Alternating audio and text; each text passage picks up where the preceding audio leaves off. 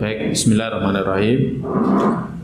Yang pertama yang ingin kami sampaikan berkenaan dengan masalah ini, ya guru kami, kiai kami itu sudah pernah melakukan penelitian mulai dari tahun, kalau tidak salah 2008 mungkin, 2008. Dan ternyata mendapati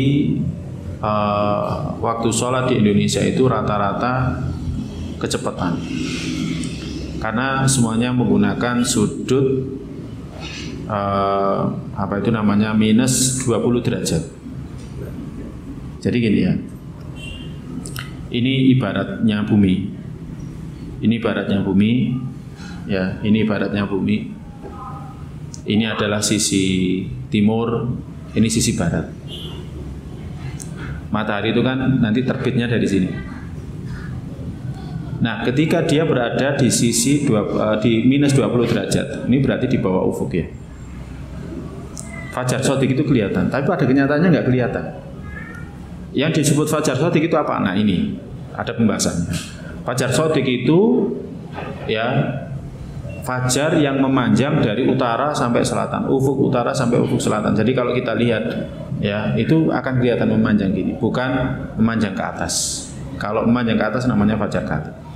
Nah, dari Al-Um itu sudah pernah melakukan penelitian melihat di Kenjeran, kemudian di Banyuwangi, kemudian pernah juga melihat di Papua, melihat juga di Sumatera, ya kan? Ternyata betul-betul kelihatan fajar shodiq itu kalau minusnya 16. Nah, 1 derajat itu selisihnya itu 4 menit, 5 sampai 4 menit. Sehingga kalau 4 itu berarti sekira 20 menit. Itu kecepatan. Padahal syarat sah sholat itu adalah masuk waktu sholat. Kan syarat sahnya sholat. Makanya di beberapa tempat itu ada yang ya karena memang apa itu namanya ada yang belum paham ya. Ada yang sudah paham tapi kondisi tidak memungkinkan untuk dirubah sehingga sholat subuhnya diundurkan. Itu tidak jadi masalah, tidak jadi masalah.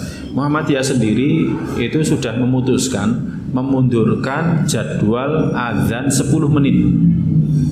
Jadi kalau Muhammadiyah berpendapat kecepatan 10 menit. Akhirnya ini menjadi keputusan resmi organisasi Muhammadiyah dengan tarjihnya. Ya, kalau Nahdlatul Ulama belum, ya MUI juga belum.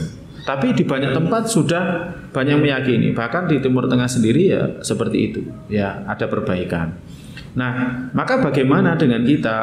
Kalau kita mendapati yang seperti itu, kita sudah meyakini memang sholatnya itu kecepatan, ya kita jangan ikut jamaah seperti itu.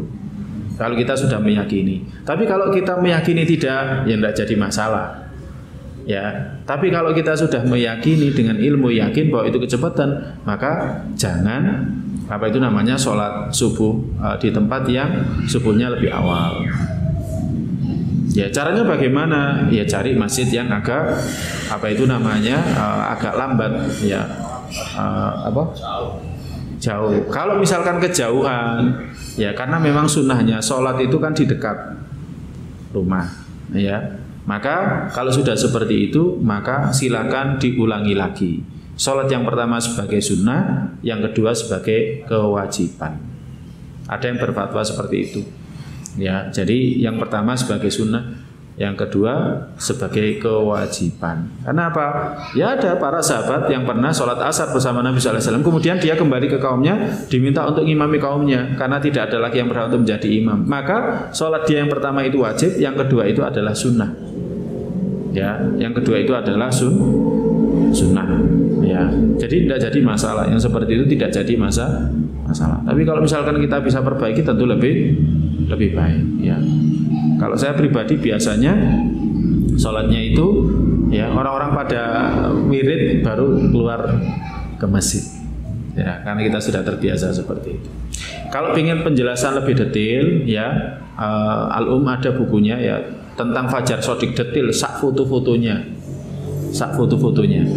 Tapi kalau suka mikir ya, bacanya sambil mikir. Tapi kalau aduh Ustaz gak kuat mikir ya Terima matengan ae. Ya, itu pembahasannya ilmiah. Ya, para ahli astronomi ya mengakui bahwa memang apa itu namanya waktu subuh kita ini kecepatan. Ya, kecepatan. Kalau sekarang, pokoknya gini, kalau para jamaah tahu, misalkan ibu-ibu kan, ibu-ibu sholatnya di rumah ya, gampang aja, 20 menit dari azan yang umum, udah itu sudah masuk subuh. Itu gampangannya seperti itu. Ya, wallahu a'lam bishawab.